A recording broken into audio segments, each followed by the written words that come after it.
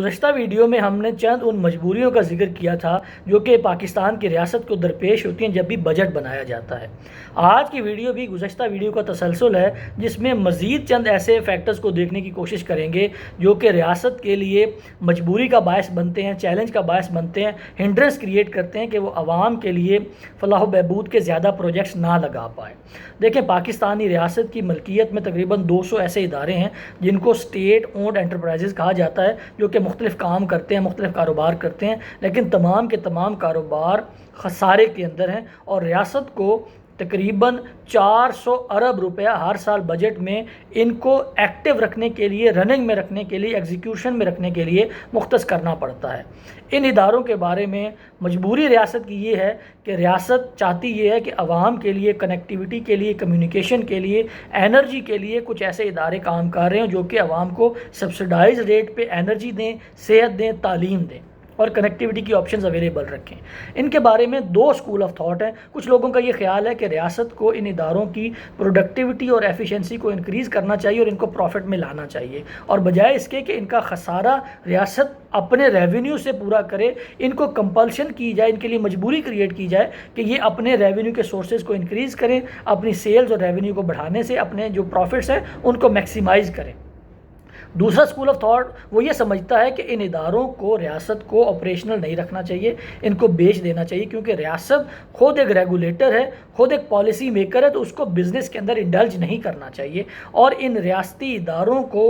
ان کے ایسٹس اور لائبلٹی سمیت اگر کوئی بندہ 1 روپے میں بھی پرچیز کرنے کے لیے تیار ہو تو ان اداروں کو بیچ دینا چاہیے۔ تو ایک بہت بڑی مجبوری ریاست کی بجٹ بناتے وقت یہ بھی ہوتی ہے کہ اسٹیٹ اونڈ انٹرپرائزز جو کہ تقریباً 200 ہیں اور ان کا 400 ارب روپے کا جو خسارہ ہے وہ بجٹ میں انکارپوریٹ کرنا ہوتا ہے۔ اس کے بعد ڈاکٹر حفیظ پاشا ہیں، ایک بہت بڑے اکانومسٹ ہیں، بہت لیڈنگ اکانومسٹ ہیں۔ ان کا خیال یہ ہے کہ پاکستان کا جو چارٹر آف ڈیموکریسی ہے اسی طرح چارٹر آف اکانومی بھی ہونا چاہیے، اور ریفارمز کا ایک ایجنڈا ہے جو کہ ڈاکٹر حفیظ پاشا پرپوز کرتے ہیں۔ اس میں ایک ایجنڈا آئٹم جس کو وہ کہتے ہیں ایلیٹ کیپچر۔ ایلیٹ کیپچر کو وہ ڈیفائن یہ کرتے ہیں کہ پاکستان جب سے بنا ہے وہ ایلیٹ کے کیپچر کے اندر ہے،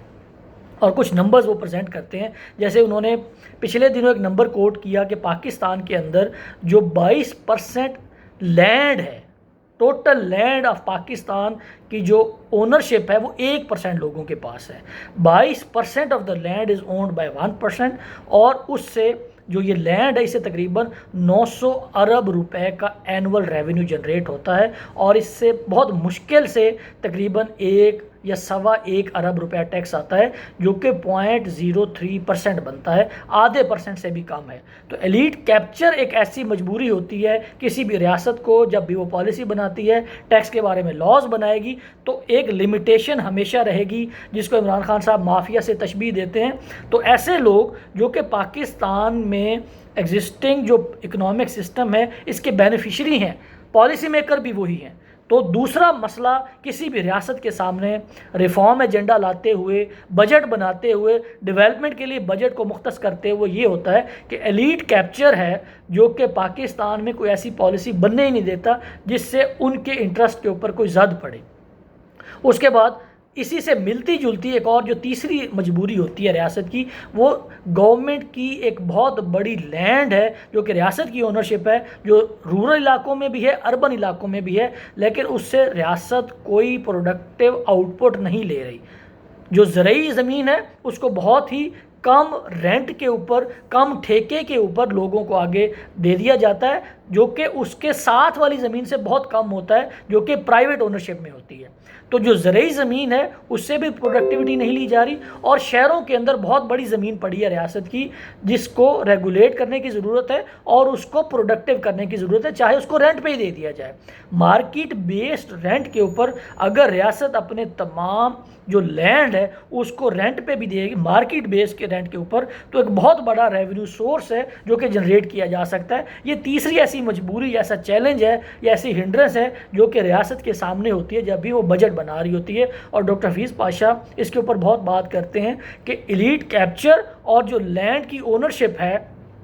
اس کو اگر ریگولیٹ کر لیا جائے، اس کے اوپر اگر ٹیکسز لگا دیے جائیں، ایگریکلچر آؤٹ پٹ کے اوپر ٹیکس لگانے کی بات نہیں ہو رہی، یہاں پہ لینڈ ہولڈنگ کے اوپر ٹیکس کی بات ہو رہی ہے کہ جس کے پاس جتنی زیادہ لینڈ ہولڈنگ ہے اس کے اوپر اتنا ٹیکس لگنا چاہیے، 10 ایکڑ تک آپ اس کو ایگزیمپٹ کر دیں۔ ایگریکلچر آؤٹ پٹ کے اوپر ٹیکس لگانا تو پاکستان کے کیس میں وائبل ہی نہیں ہے، کیونکہ پاکستان میں جو ایگریکلچر کی آؤٹ پٹ ہے، جو فارم کی آؤٹ پٹ ہے، وہ بہت کم ہے، تو اگر اس کم آؤٹ پٹ کے اوپر آپ اور ٹیکس لگا دیں گے تو فارمر کی جو پروڈکٹیوٹی ہے، جو وائبلٹی ہے، وہ آؤٹ ہو جائے گی۔ تو تیسری مجبوری یہ ہوتی ہے کہ ایلیٹ کیپچر ہے اور جو گورنمنٹ کی اونڈ لینڈ ہے اس کو پروڈکٹیو طریقے سے استعمال نہیں کیا جا رہا۔ اس کے بعد جو تیسری کے بعد جو چوتھی مجبوری ہے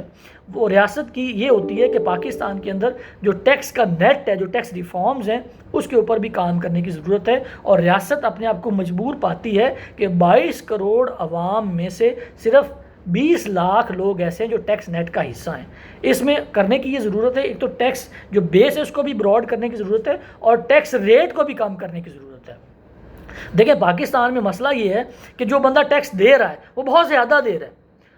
اور جو نہیں دے رہا وہ بالکل نہیں دے رہا۔ ایک طرف انکم بہت زیادہ ہے، ٹیکس نہیں ہے، دوسری طرف جو بندہ ٹیکس کی بریکٹ کے اندر آ جاتا ہے، چاہے اس کی انکم بہت زیادہ نہیں ہے لیکن اس کے اوپر جو اپلائیڈ ٹیکس ریٹس ہیں وہ بہت زیادہ ہیں۔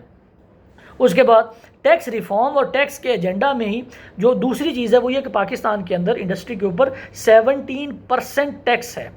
17% سیلز ٹیکس ہے، اور ڈاکٹر کیسر بنگالی نے پچھلے دنوں ایک ریسرچ پبلش کی تھی کسی نیوز پیپر کے اندر، جس میں انہوں نے کیلکولیٹ کیا کہ کچھ ایسی انڈسٹریز ہیں جہاں پہ جو ٹوٹل کاسٹ ہے اس کا 51% ٹیکسز کے اوپر ہے۔ اب اس سے اندازہ لگائیں کہ جو کاسٹ آف پروڈکشن ہے، جو اوور ہیڈ ہے، جو باقی تمام اخراجات ہیں، وہ 49% آف دا پروڈکشن ہے، اور صرف جو ٹیکس لگ رہا ہے وہ 51% لگ رہا ہے۔ تو ایک ایسی انڈسٹری جس کے اوپر 51% ٹیکس لگ رہا ہوگا، اس کے مقابلے میں ایک ایسی انڈسٹری بھی ہوگی جس کے اوپر یہ 51% ٹیکس نہیں ہے، تو 51% پے کرنے والی انڈسٹری کی تو وائبلٹی ویسے ہی آؤٹ ہو جائے گی، وہ کیسے کمپیٹ کر پائے گی؟ تو ٹیکس ریفارم کے تحت ایک تو اس کی جو بیس ہے اس کو براڈن کرنے کی ضرورت ہے، اور دوسرا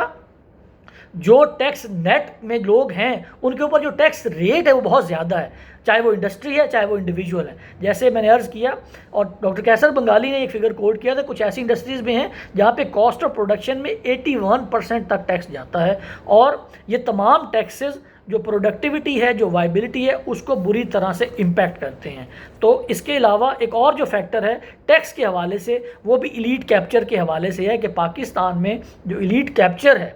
اس کی وجہ سے بہت سارے ایسے فیکٹرز ہیں، بہت ساری ایسی انڈسٹریز ہیں، بہت سارے ایسے ریونیو سورسز ہیں جن کے اوپر ٹیکس نہیں لگایا جا سکتا۔ تو یہ ایسی مجبوریاں ہیں جو کہ کسی بھی ریاست کے اوپر امپوز ہوتی ہیں جب بھی پاکستان میں وہ بجٹ بنانے لگتی ہے، تو اپنے آپ کو مجبور پاتی ہے کہ ان تمام لمیٹیشنز کے ساتھ اس نے بجٹ بنانا ہوتا ہے، اور عوام کی زندگی میں جو فلاح و بہبود کے پروجیکٹس ہیں ان کے اوپر وہ کمپرومائز کر جاتی ہے، کیونکہ پاکستان میں جو اکانومی کا سٹرکچر ہے، جو اسٹیٹ اونڈ انٹرپرائزز کا لاس ہے، جو کہ ٹیکس ریفارمز نہ ہونے کی وجہ سے ہماری ٹیکس بیس ہی کم ہے، اور ٹیکس بیس جتنی کم ہے اس کے اوپر امپوز ٹیکسز اتنے زیادہ ہیں، جو کہ دونوں طرح سے ہٹ کر رہا ہے کہ جو بندہ بھی ٹیکس پے کر رہا ہے وہ اپنی مجبوری سے ٹیکس پے کر رہا ہے۔ تو ان چند مجبوریوں کے بارے میں، ان چند گزارشات کے بارے میں جو کہ میں نے حکومت کی ان مجبوریوں اور چیلنجز کے بارے میں کی، اگر آپ کا کوئی فیڈ بیک ہو، کوئی سوال ہو، کوئی اعتراض ہو، یا آپ کو لگے کوئی ایسی بات ہے جو میں نے خلاف واقع کی ہے، تو فیڈ بیک سے ضرور آگاہ کیجیے گا۔ Thank you so much.